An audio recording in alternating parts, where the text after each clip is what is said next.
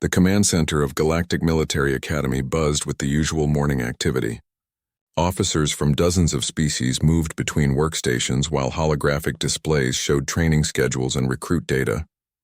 Commander Boland stood at the main viewing window, his scaled green hands clasped behind his back as he watched transport ships arrive at the docking bays below.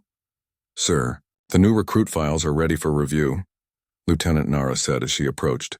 Her forearms carried multiple data tablets while her compound eyes scanned the information quickly. Boland turned from the window and took the first tablet. His reptilian features showed no emotion as he scrolled through the list of names and species. The usual mix this cycle. 300 recruits from 47 different worlds. Yes, sir. We have the Vorthan twins from the ice planet Glacier Prime. Their cold resistance scores are exceptional.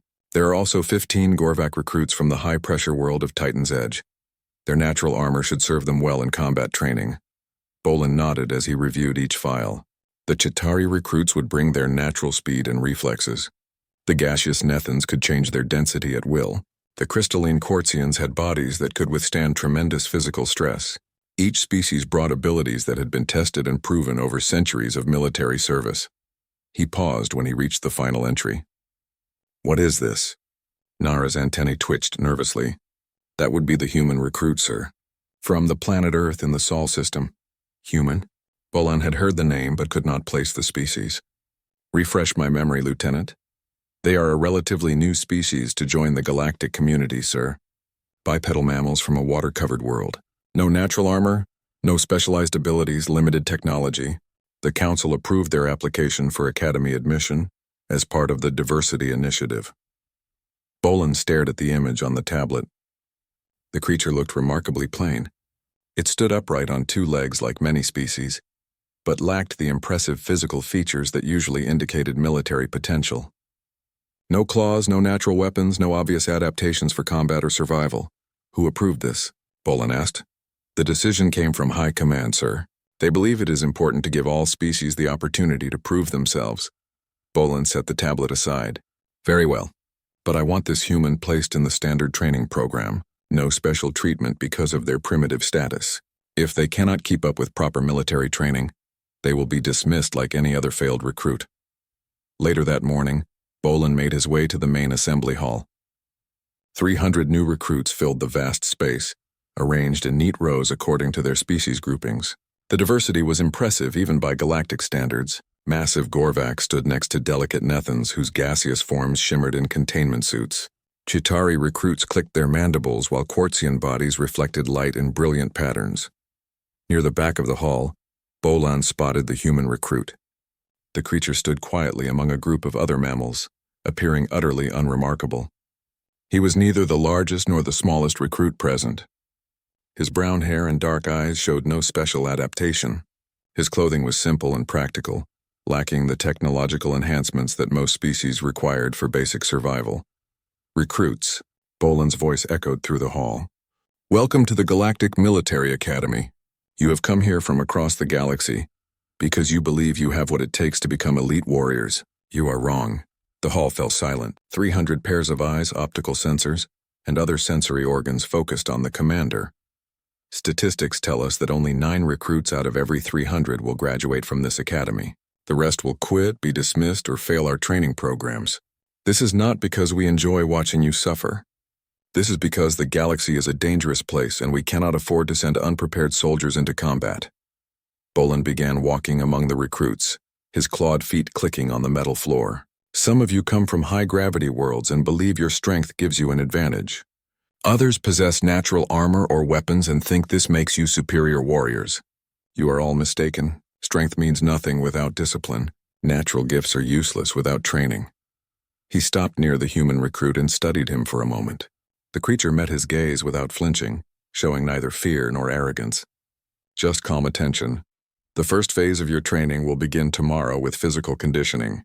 Instructor Hiron will explain the gravity training program that forms the foundation of all military preparation. Those who cannot adapt will be sent home immediately." Boland continued his walk through the assembled recruits. "You will learn to fight in every environment the galaxy can produce. Deep space, ocean worlds, desert planets, Arctic conditions, and hostile atmospheres. You will master weapons from every major civilization. Most importantly, you will learn that victory depends not on your species' natural abilities, but on your willingness to push beyond what you thought possible. The briefing continued for another hour, covering academy rules, training schedules, and disciplinary procedures. When it ended, recruits began filing out of the hall in groups, eager to see their quarters and meet their training squads. The human remained behind, studying a wall display that showed the academy's history and list of distinguished graduates. Bolan approached him, curious about this unremarkable creature who had traveled so far from his primitive homeworld. "Recruit," Bolan said. The human turned and came to attention. His posture was correct, though he lacked the rigid military bearing that most species developed over generations of warrior culture. "Sir," Recruit Deho reporting. "Tell me, Deho, what brings a human to our academy? Your people have no military tradition that we know of, no history of galactic conflict. Why leave your peaceful world to train as a warrior?" Deho considered the question carefully before answering. "Sir, my people believe that we should contribute to the greater galactic community. We may be new to spaceflight, but we understand that freedom requires those willing to defend it. I volunteered to prove that humans can serve alongside other species in protecting what matters." Bolan studied the human's expression. There was sincerity there, but also something else, a quiet confidence that seemed at odds with his species' primitive status. "The training here is designed to push recruits far beyond their natural limits. Many species with centuries of military experience fail our programs. Are you prepared for that possibility?" "Yes, sir. I understand that most recruits do not graduate, but I would rather attempt something difficult and fail than never try at all." Bolan nodded slowly. "We shall see, Recruit Deho. Report to Instructor Hiren tomorrow at 0600 hours for gravity training orientation." Dismissed. As the human left the hall, Bolan found himself wondering if the Council's diversity initiative was wise or foolish. Tomorrow would begin to provide the answer. The gravity chambers had broken. Stronger species than this unremarkable mammal from Earth, but something about the human's quiet. Confidence lingered in Bolan's mind as he returned to his office to prepare for another training cycle. The gravity training facility stretched across 3 levels of the Academy's lower section. Massive generators hummed beneath reinforced floors while training chambers lined the corridors like metal caves. Each room could simulate the gravitational conditions of any known world in the galaxy. Instructor Hiren stood before the surviving recruits in the main briefing room. Her 4 arms moved gracefully as she gestured toward holographic displays showing different planetary environments. The past 3 weeks had already reduced their numbers from 300 to 187. "Gravity conditioning is the foundation of all military training," she explained to the assembled recruits. "A warrior who cannot function under increased gravitational stress will fail in combat. Every ship, every station, every hostile world presents different conditions. You must adapt or die." Deho sat in the middle section with other mammalian species. Around him, recruits from dozen worlds listened with varying degrees of attention. Some looked confident. Others appeared nervous about what was coming. "We begin training at standard 1.2 gravity," Hiren continued. "Each week we increase the load. Most species can adapt to 1.5 gravity with proper conditioning. Elite warriors train at 1.8 gravity. The absolute maximum that any known species has achieved in combat conditions is 2.8 gravity." A Chitauri recruit raised one of his 4 arms. "Instructor, what happens to those who cannot adapt to higher gravity levels?" "They are transferred to support roles or discharged from the academy," Hiren replied without emotion. "Military service requires physical excellence. There is no shame in discovering your limitations, but there is no place for weakness in combat units." She activated a wall display showing statistics from previous training cycles. The numbers were harsh. At 1.5 gravity, 30% of recruits typically failed. At 2 gravity, 60% could not continue. Only the strongest 3% ever reached the maximum training level. "Questions?" Hiren asked. Deho raised his hand. "Instructor, what training comes after 2.8 gravity?" The room fell silent. Several alien recruits turned to stare at the human. Hiren's expression shifted to something between surprise and amusement. "There is no training after 2.8 gravity. Recruit Deho. That level represents the absolute limit of what any warrior can endure while remaining combat effective. But what if someone can handle more than that?" Hiren's 4 arms crossed over her chest. "In 3 centuries of operation, This academy has never encountered a recruit who could exceed our maximum training parameters. I suggest you focus on surviving the basic levels before concerning yourself with theoretical limits. The first gravity training session began the next morning.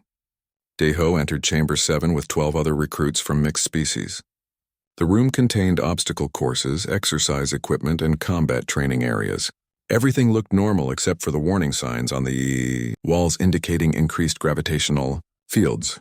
Beginning 1.2 gravity simulation, announced the automated system.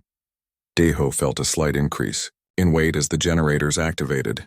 Around him, other recruits began moving more slowly as their bodies adapted to the new conditions. A Nethan recruit in a containment suit started having difficulty maintaining his gaseous form under the increased pressure. The training exercises were straightforward. Running circuits, climbing walls, carrying equipment, and basic combat drills. Daeho moved through each task with steady precision. The increased gravity felt noticeable but not particularly challenging. After 2 hours, several recruits were breathing heavily. The Nethan had already requested medical assistance. 2 Chitauri were showing stress fractures in their exoskeletons. Everyone looked exhausted except for Daeho, who appeared ready to continue. Time, called Instructor Taemin, a massive Gorvak whose natural armor plating made him look like a walking tank. His deep voice echoed in the chamber as recruits collapsed onto benches. "How do you feel, Recruit Daeho?" "Fine, sir. Ready for the next exercise." Taemin studied the human carefully. "The session is over. Report to medical for standard post-training evaluation." The medical checks revealed what Taemin had suspected. While other recruits showed elevated stress indicators, increased heart rates, and muscle fatigue, Daeho's readings were barely different from his baseline measurements. Dr. Sungjae, the Academy's chief medical officer, ran the scans twice to confirm the results. "Interesting," the Kalari doctor muttered as he reviewed the data. "Your body shows minimal stress response to the gravity increase.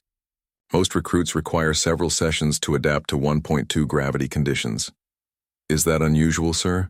"Very unusual. Either you have exceptional natural conditioning, or your species is more adaptable than our records indicate." Week 2 brought 1.5 gravity training. By now, 43 recruits had withdrawn from the program. Those who remained moved like they were underwater, their movements slow and deliberate. Combat exercises became grinding tests of endurance rather than displays of skill. Daeho continued to perform at his normal level. If anything, he seemed more focused than before. During sparring matches, he moved with fluid efficiency, while opponents struggled against the increased gravitational pull. His strikes were precise and controlled while others could barely lift their weapons. Instructor Hiran watched from the observation deck as the human completed an obstacle course in record time. Below, Recruit Soman, a Quartzian whose crystalline body should have handled pressure well, developed visible stress fractures during the same exercise. "There must be some explanation," she said to Taemin. "No species adapts to gravity training this easily. Run a full background check on the human's homeworld. I want to know everything about their environmental conditions." Week 3 introduced 1.8 gravity. The training groups had shrunk to less than half their original size. Only the most physically resilient species remained, and even they struggled with basic tasks. A Gorvak recruit with enhanced bone density requested medical leave after suffering internal injuries. During combat training, Daeho not only continued to excel but began helping other recruits with their technique. During rest periods, he demonstrated breathing exercises and movement efficiency that allowed mammals to better cope with the gravitational stress. His informal coaching helped several recruits improve their performance significantly. "Where did you learn these methods?" asked Recruit Moran, a young Kalari who had become one of Daeho's regular training partners. "Basic military training on Earth," Daeho replied. "Everyone learns these techniques in boot camp." Moran stared at him. "Your basic training includes gravity conditioning?" "Sort of. We use weighted gear and exercise under increased load to build strength and endurance. Most fitness programs on Earth incorporate some form of resistance training." The revelation troubled Moran. If the human's basic training already included methods that helped him excel in advanced galactic military conditioning, what did that say about his species' standard of physical preparation? As Week 3 ended, Commander Bolin reviewed the training reports with growing concern. The human recruit was not simply surviving their gravity program, he was dominating it. More disturbing, His performance suggested that their maximum training parameters might not even challenge him. For the first time in his military career, Bolan wondered if they had encountered a species whose baseline capabilities exceeded their testing methods. Commander Bolan stared at the medical report spread across his desk. 4 weeks of gravity training had produced results that challenged everything he understood about military conditioning. While recruit numbers continued to drop, one name appeared consistently at the top of every performance metric. "This cannot be correct," he said to Dr. Sung Jae, who stood beside his desk with additional data tablets. "I have run every test 3 times, Commander. The human shows no signs of stress, fatigue, or adaptation syndrome. His performance at 2 gravity is better than most species achieve at standard gravity." Bolan activated his desktop display and pulled up security footage from the training chambers. On screen, Daeho moved through combat exercises with fluid grace while other recruits struggled to remain upright. The contrast was shocking. There must be some form of enhancement technology. Hidden implants, genetic modification, performance drugs. Run a complete molecular scan. Already done, sir. He is completely natural. No technological assistance, no genetic alterations, no chemical enhancement. According to our instruments, he is a baseline example of his species. The implications troubled Bolan deeply. If Daeho represented normal human capability, then their understanding of this new species was dangerously incomplete. He activated his communication system and sent a priority message to Galactic Intelligence requesting complete files on human evolutionary history and environmental conditions. Meanwhile, in Training Chamber 4, the day session was pushing recruits to their breaking point. 2.2 gravity pressed down on the remaining 68 candidates like an invisible weight. Every movement required tremendous effort. Simple tasks became tests of will and endurance. Recruit Jinwoo, from the high-gravity world Kepler-9, was bleeding from his enhanced respiratory system as his body struggled to process oxygen under the increased load. His species had evolved specifically for high-pressure environments, yet he could barely complete basic exercises. Beside him, Recruit Soman's crystalline body showed spreading fractures as the gravitational stress exceeded her molecular structure's limits. Her people were known throughout the galaxy for their physical durability, but even they had limits. Daeho completed his assigned exercises and approached Instructor Taemin. "Sir, permission to run the obstacle course again?" Taemin stared at the human in disbelief. Around them, elite warriors from dozen worlds were collapsing from exhaustion, and this creature wanted additional training. "Why would you request extra exercises, Recruit?" "To stay in proper physical condition, sir. I usually run longer distances during my daily fitness routine." "Your daily fitness routine?" "Yes, sir. Standard human military personnel are expected to maintain peak physical readiness at all times. This includes cardiovascular training, strength conditioning, and endurance exercises." Taemin felt a chill run through his armored body.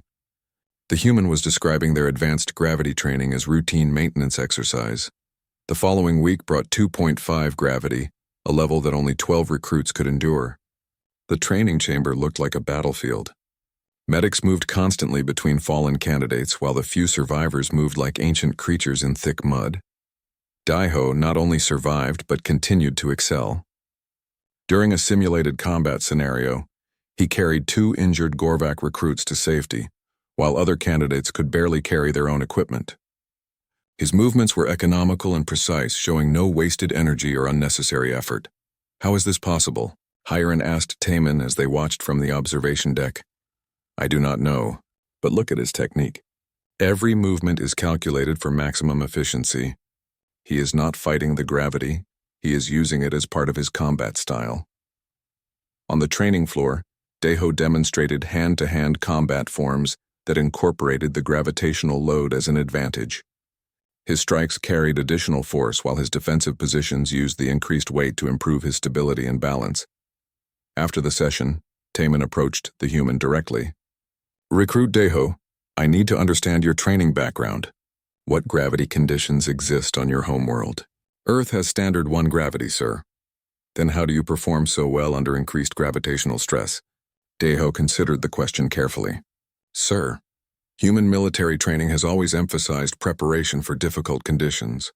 We train with weighted gear in varied environments and under physical stress that exceeds normal combat requirements. The goal is to make actual combat feel easier than training. What kind of training conditions? Standard infantry carries full combat gear weighing approximately 30% of body weight. Special forces train with loads up to 50%. Long-range patrol units operate with even heavier equipment for extended periods. Taman performed quick calculations in his head. Humans routinely trained while carrying additional weight, equivalent to increasing their effective gravity by significant amounts. Their basic military preparation included conditions that approached the Academy's advanced training levels. The revelation prompted an emergency meeting of senior staff.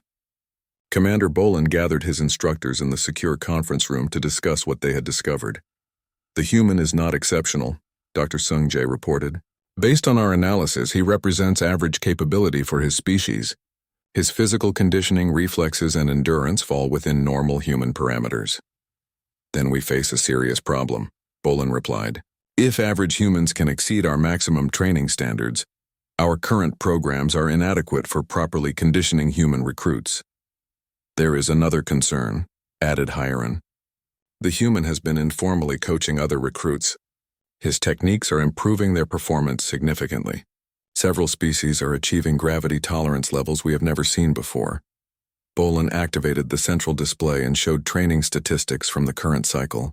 Recruit performance had improved across all species categories.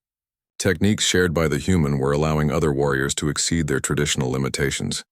Recommendations? Bolin asked.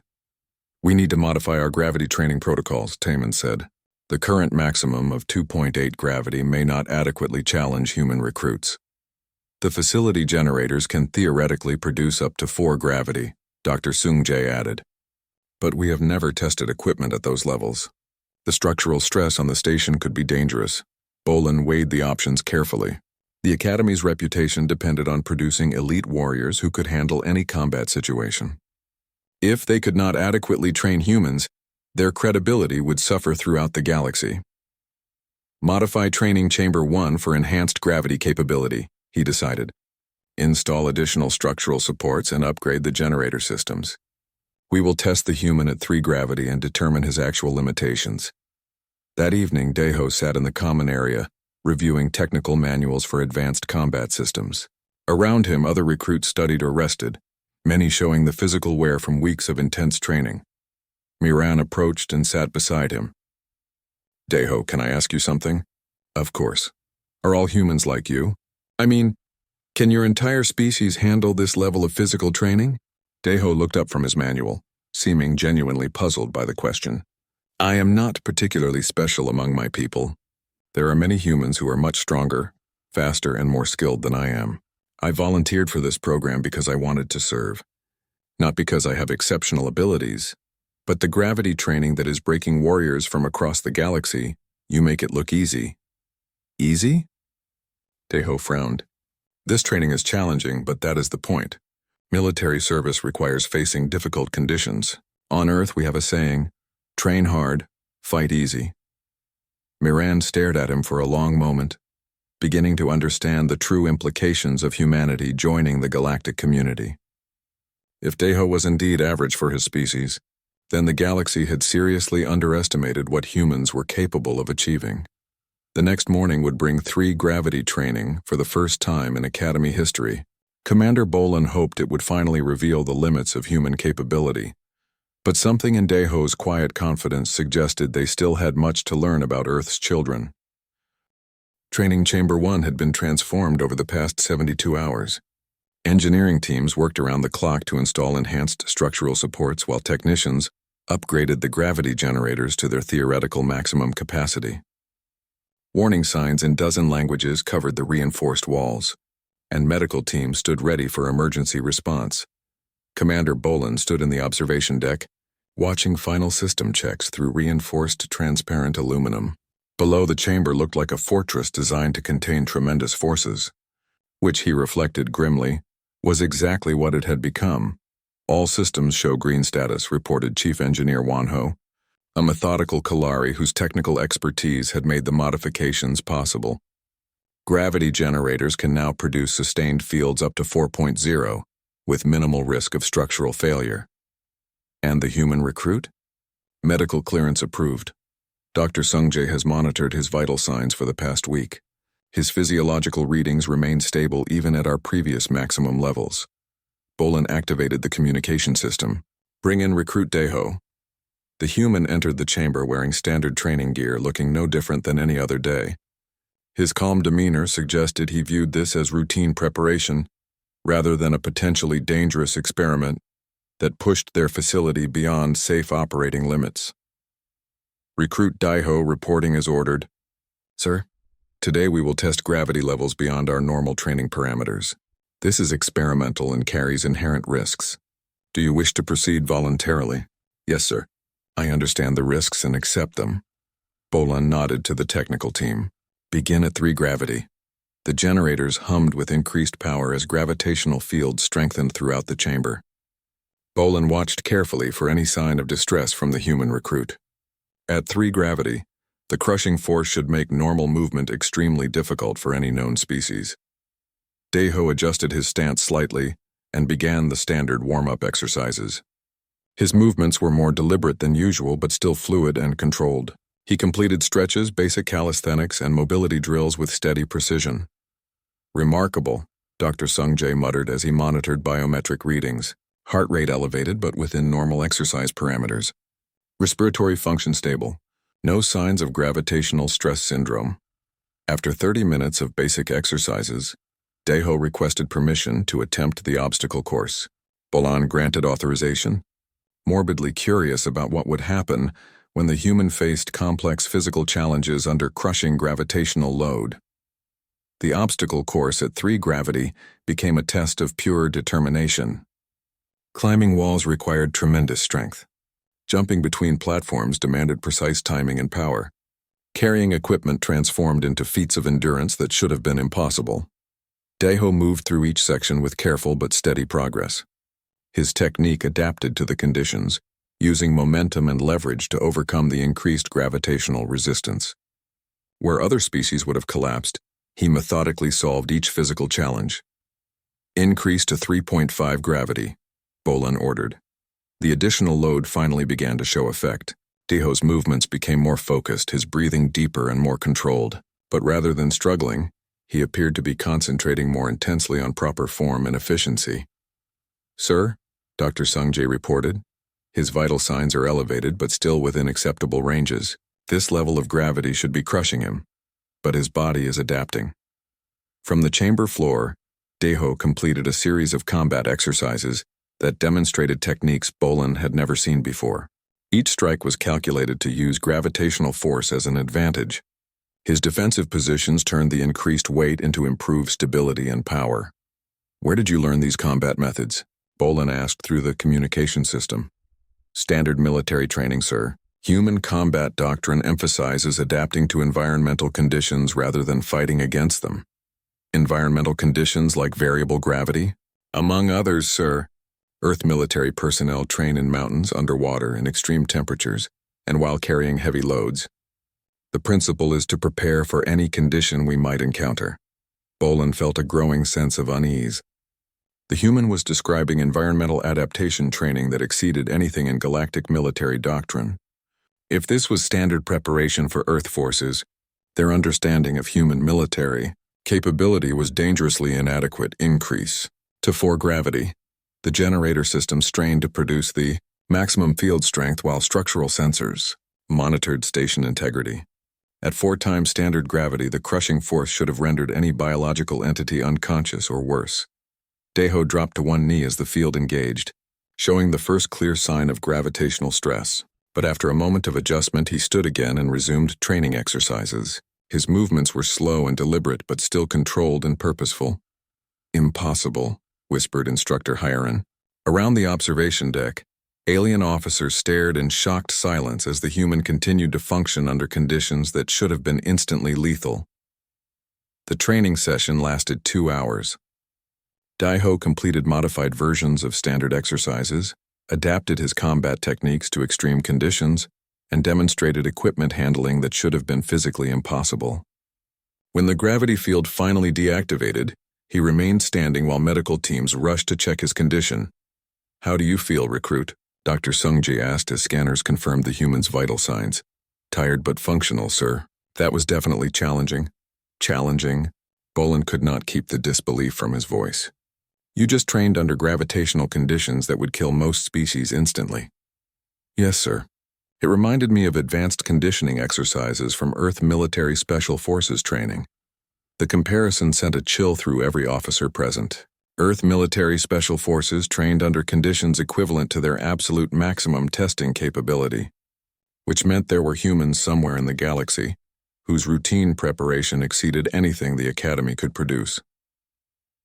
Later that evening, Bolin convened an emergency staff meeting to discuss the implications of what they had witnessed. The human recruit had not only survived 4 gravity training, but had performed credibly under conditions they had never imagined testing. We face a fundamental problem, he told the assembled officers. Our maximum training protocols are insufficient to properly condition human recruits. If Recruit Deho represents average capability for his species, our current programs will not adequately prepare them for military service. There is another issue, added Hiran. The other recruits are asking questions. They want to know why the human can excel under conditions that defeat them completely. What do we tell them? The truth, Dr. Sungjae suggested. Humans evolved under environmental pressures that exceed our training parameters. Their baseline preparation includes conditions we consider extreme testing. Bolin considered the options carefully. The Academy's mission was to produce elite warriors capable of handling any combat situation. If humans could exceed their training standards, they needed to adapt their methods or risk producing inadequately prepared graduates. Recommendations for proceeding? Modify our entire gravity training protocol, Taman suggested. Create separate standards for humans and other species. They clearly require different conditioning methods. That assumes we understand human capabilities, Wanho pointed out. Today we learned that our theoretical maximum is merely challenging for them. What are their actual limits? The question hung in the air without answer. For the first time in 3 centuries of operation, the Galactic Military Academy faced recruits whose capabilities exceeded their ability to test and train them properly. Bolin made his decision. Contact Earth Military Command. Request detailed information about their training standards and physical conditioning protocols. We need to understand what we are dealing with before we can properly prepare human recruits for galactic military service. As the meeting ended, Bolin remained behind to review the day's training footage. On screen, Deho moved through impossible exercises under crushing gravitational load while maintaining military precision and discipline. Somewhere in the galaxy, an entire species of beings like this recruit were preparing to join the galactic community. The thought was both inspiring and deeply unsettling. Dr. Sungjae's laboratory had become the center of revolutionary research over the past week. Every surface was covered with biological scans, evolutionary charts, and environmental data about Earth and its inhabitants. The information streaming in from galactic intelligence painted a picture that challenged fundamental assumptions about life in the galaxy. The preliminary findings are extraordinary, he reported to Commander Bolin during their morning briefing. Earth is classified as a death world by galactic standards. The environmental conditions there would be considered extremely hostile by most civilized species. Bolin studied the planetary data on the main display. Explain. Gravity of 1.0 is already higher than standard for most inhabited worlds. But that is only the beginning. Earth experiences extreme weather patterns, aggressive predator species, toxic atmospheric variations, seismic instability, and regular environmental disasters. The display showed comparative data between Earth and other inhabited planets. While most civilized worlds featured stable climates and peaceful ecosystems, Earth appeared to be a planet actively trying to kill its inhabitants. How did humans survive such conditions? They adapted by becoming incredibly resilient. Their cardiovascular systems can function under extreme stress. Their muscle density is higher than any known species. Their bone structure can withstand tremendous physical trauma. Most importantly, their nervous systems are designed to maintain function under conditions that would cause other species to shut down completely. Bolin absorbed this information while reviewing the training reports. Deho's performance suddenly made sense when viewed through the lens of evolutionary pressure. A species that survived Earth would find galactic military training relatively mild. There is more, Commander. I have been analyzing the humans' training techniques and comparing them to Earth military doctrine. Their approach to physical conditioning is unlike anything in our database. How so? Most galactic military training seeks to minimize stress on recruits while building specific skills. Human training deliberately creates maximum stress to force adaptation beyond normal limits. They call it progressive overload training. The concept troubled Bolin. They deliberately harm their own recruits? Not harm. Challenge beyond their current capabilities to force improvement.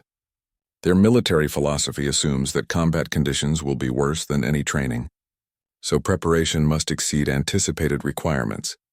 On the training floor below, this philosophy was being demonstrated in real time. Deho had requested permission to continue 4 gravity training, while other recruits worked at lower levels. Commander Bolin watched through the observation windows as the human performed exercises that should have been impossible. But more interesting was what happened around him. The remaining 37 recruits had begun adopting techniques that Daiho shared freely with anyone who asked. Breathing methods that improved oxygen efficiency under stress, movement patterns that conserved energy while maintaining effectiveness, mental conditioning techniques that allowed sustained performance under adverse conditions. The results were remarkable. Recruit Moran, whose Kalari physiology should have limited her to 2 gravity maximum, was now training effectively at 2.5 gravity. Other species were achieving performance levels that exceeded their evolutionary capabilities by significant margins. The human is not just surviving our training, Bolin observed. He is improving the capabilities of every other recruit through informal instruction. Dr. Sungjae nodded. Human military doctrine emphasizes team performance over individual achievement. They believe that unit effectiveness depends on raising the capability of the weakest member, rather than celebrating the strongest.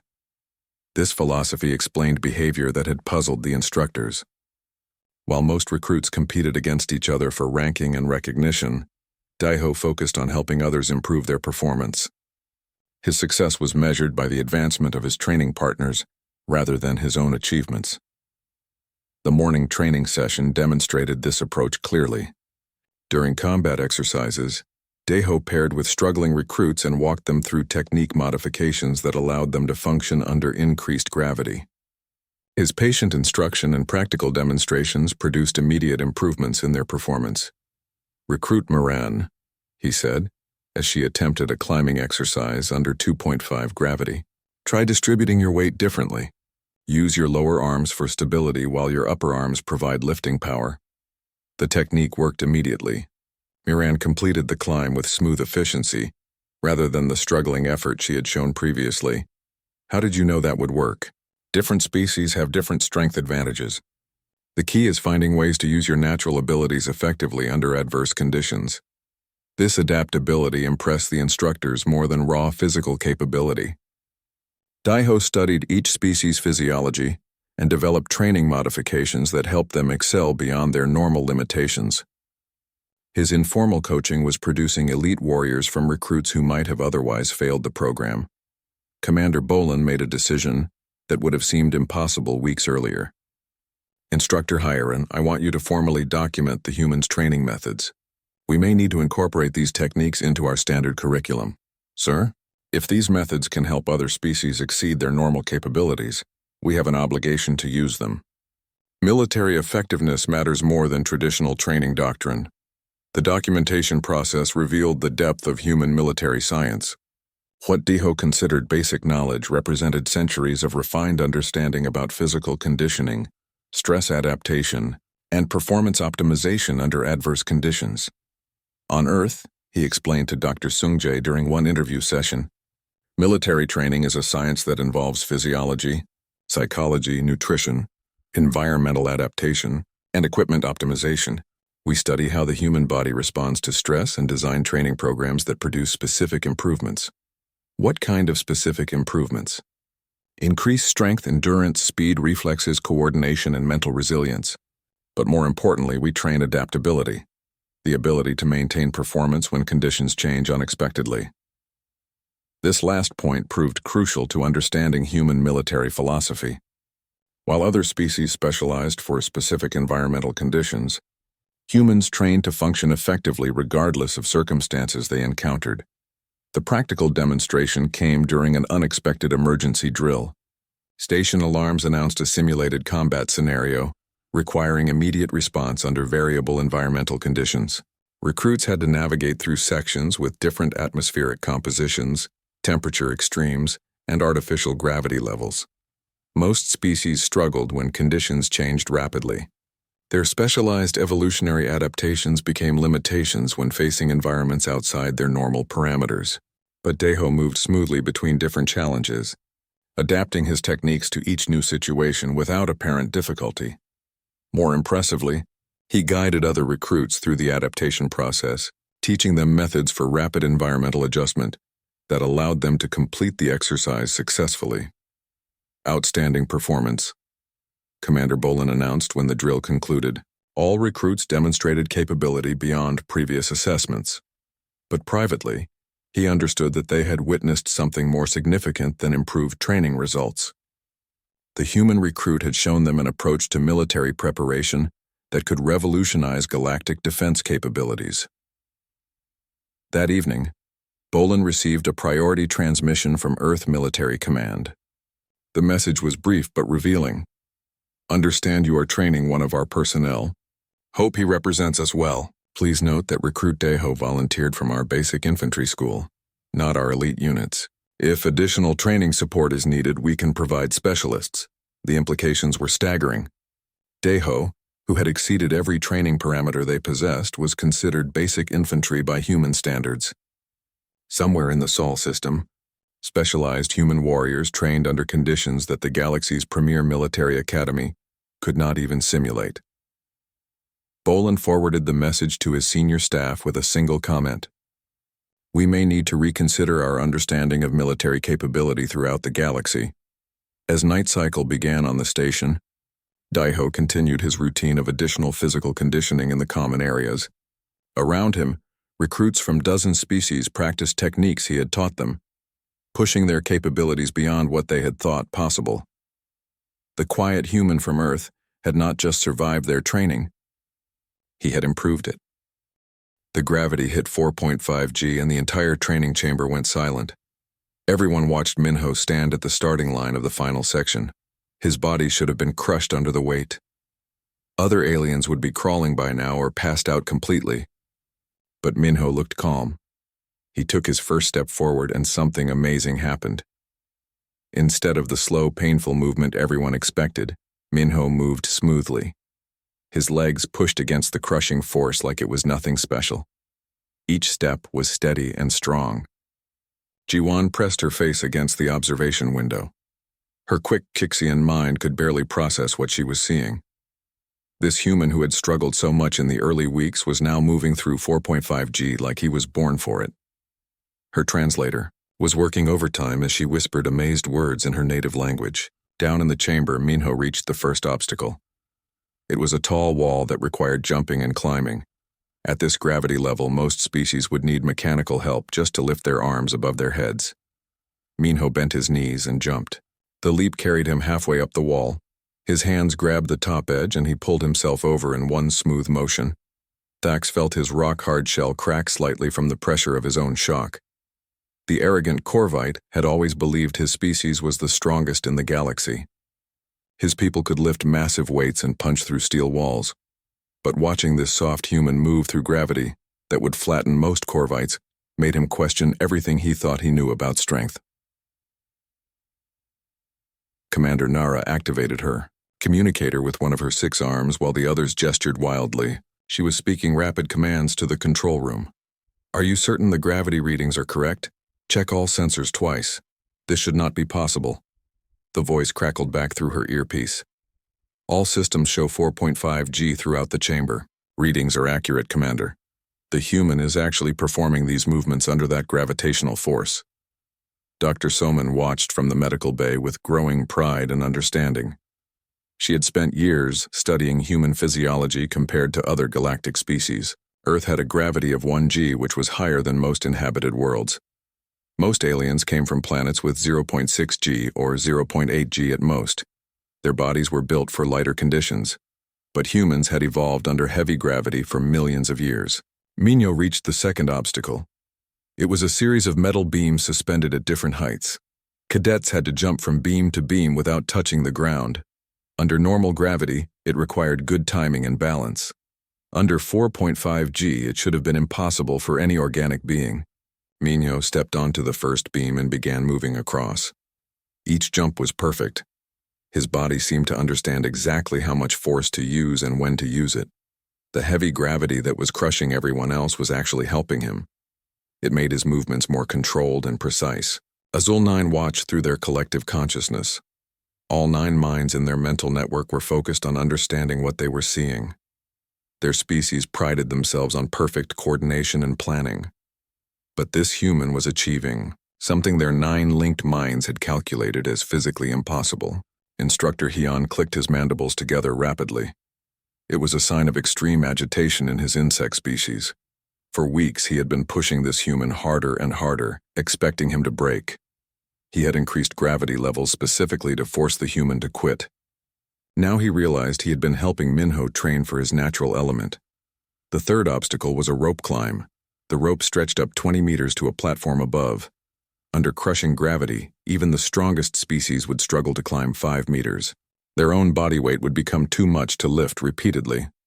Minho grabbed the rope and started climbing. His arms moved in steady rhythm. Hand over hand, he pulled himself upward. The gravity tried to drag him down with enormous force, but his muscles had been built by years of fighting against Earth's heavy pull. What seemed impossible to aliens was just hard work to a human. Other cadets began to understand something important.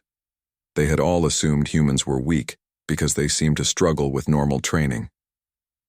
But normal training was designed for species from light gravity worlds. It was like asking a deep sea fish to compete in shallow water. Minho had not been struggling because he was weak. He had been struggling because the conditions were too easy for his body to work properly. Halfway up the rope, Minho paused and looked down at his watching classmates. Even from that distance, they could see he was not tired or strained. He was comfortable. This level of gravity was where his body wanted to be. It was where he could show what humans were really capable of. He reached the top platform and rang the completion bell. The sound echoed through the chamber like a victory song. But Minho was not finished yet. The final challenge was a sprint across moving platforms back to the starting point. The platforms shifted and tilted randomly. Timing had to be perfect, or a cadet would fall to the safety nets below. Under 4.5 G, the moving platforms became deadly. The extra weight made every step dangerous. A wrong move could break bones or worse. Minho stepped onto the first platform as it began to tilt. Instead of fighting the motion, he used it to help launch himself to the next platform. Platform after platform, Minho danced across the obstacle. The heavy gravity that should have been his enemy became his friend. It gave him more traction and control. His movements were so smooth it looked like the platforms were helping him instead of trying to make him fall. Commander Nara felt something she had not experienced in decades of military service. She felt humble. This young human had just redefined what she thought was possible. Her species had 6 arms and specialized joints for combat. But watching, Mio moved through conditions that would kill most of her people. Made her realize that raw strength was not everything. Minho landed on the final platform and stepped across the finish line. The timer showed he had completed the course faster than any cadet in Academy history. Not just faster than other humans, but faster than every species they had ever trained. The chamber gravity slowly returned to normal levels. As the crushing weight lifted, Minho finally showed some sign of the effort he had made. He took a deep breath and wiped sweat from his forehead. But he was not exhausted. He looked like he had just finished a good workout. Dr. Somin activated the medical scanners remotely. Minho's vital signs were actually better now than when he had started. His heart rate was elevated but steady. His muscle tension was lower. The high-gravity environment had allowed his human body to function the way it was designed to function. Ji-won was the first to move. She rushed down from the observation deck and ran to Minho. Her quick movements looked almost comical as she bounced in the lighter gravity after watching the crushing conditions in the chamber. "How did you do that?" she asked in her rapid Kixian speech. "My people can perceive time differently, and even we could not move that fast under such conditions." Minho smiled at his friend. "On Earth, we call it Normal Tuesday," he said simply. "My planet has heavy gravity. We grow up learning to move under weight that would crush most species. What you saw was not me being super strong. It was just me finally getting to train in conditions that felt like home. The other cadets gathered around slowly. Even Thax approached with his earlier arrogance completely gone. The Corvite looked at Minho with new respect. "I owe you an apology, human," Thax said in his deep, rumbling voice. "I thought your species was weak. I did not understand that you come from a world that makes warriors out of children." Commander Nara and Instructor Hyon walked down to the chamber floor. Both of them moved carefully, still affected by watching someone perform impossible feats. They approached Minho with the formal respect reserved for elite soldiers. "Cadet Minho," Commander Nara said officially, "you have not just passed the final trial. You have shown us that our understanding of human capabilities was completely wrong. The Galactic Defense Academy will need to create new training programs. Programs designed to help humans reach their true potential instead of holding them back." Instructor Hyon stepped forward. His earlier attempts to break Minho's spirit now seemed foolish. "I pushed you harder because I wanted you to quit," he admitted. "I thought humans did not belong here. Now I see that we did not belong to judge your species. You have taught us something important about strength." Minho looked around at his classmates and instructors. These beings from across the galaxy were looking at him with wonder and respect. But he did not feel superior to them.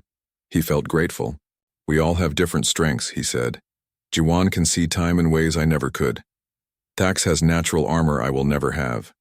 Azul 9 can coordinate multiple thoughts at once. I just happen to come from a heavy world. That does not make me better. It makes me different." Dr. Soman joined the group with a huge smile on her face. "What Minho is not telling you is that Earth was destroyed partly because other species underestimated humans. They thought we were too weak to be a threat. By the time they realized how wrong they were, the war had already started. Today you all learned what the galaxy forgot. Humans are not weak.